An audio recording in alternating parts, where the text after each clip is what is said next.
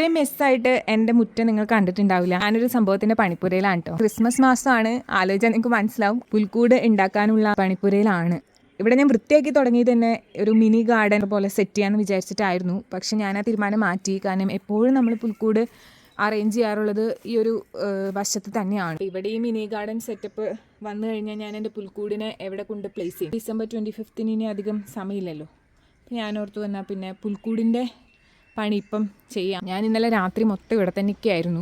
ഇവിടെയും മെറ്റലൊക്കെ തന്നെയായിരുന്നു. അത് മൊത്തം മാറ്റിയിട്ട് ഈ ഓട് പോലത്തെ പീസസ് ഒക്കെ വെച്ച് ഇതിനകത്ത് എംസാൻഡ് നിറച്ച് അങ്ങനെ ഇച്ചിരി പണി ഇതിനകത്ത് ഉണ്ടായിരുന്നു. ഇതൊരു ബേസിക് സംഭവം മാത്രമേ ആയിട്ടുള്ളൂ. ഈ മണി പ്ലാന്റ് വെക്കുന്ന ഈ പോട്ടുണ്ടല്ലോ, ശരിക്കും കിളികൾ വന്ന് കൂട് കൂട്ടാൻ വേണ്ടി വീടുകളിൽ വാങ്ങിച്ചിരുന്നൊരു സംഭവമാണ്.